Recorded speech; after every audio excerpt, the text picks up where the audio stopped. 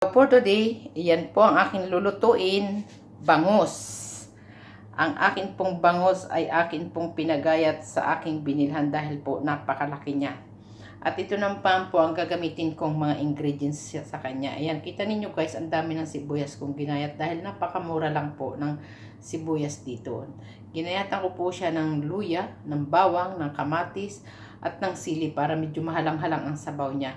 Ayan guys, hindi mawawala sa akin talaga ang magic sarap dahil po yan po ang pampalasa ko. Swak na swak po sa panlasa ko yan. Ito po ang aking bangus. Di ba guys, ang laki ng bangus na ipinagayat ko dun sa aking binilhan sa Grand Hyper.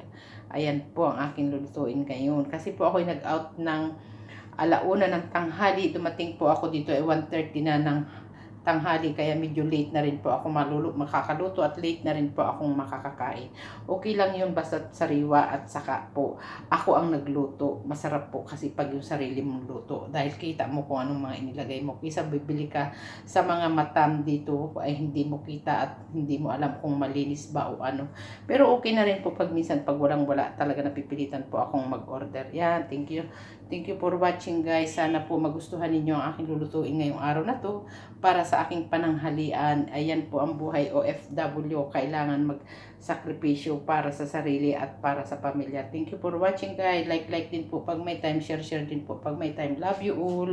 Bye-bye.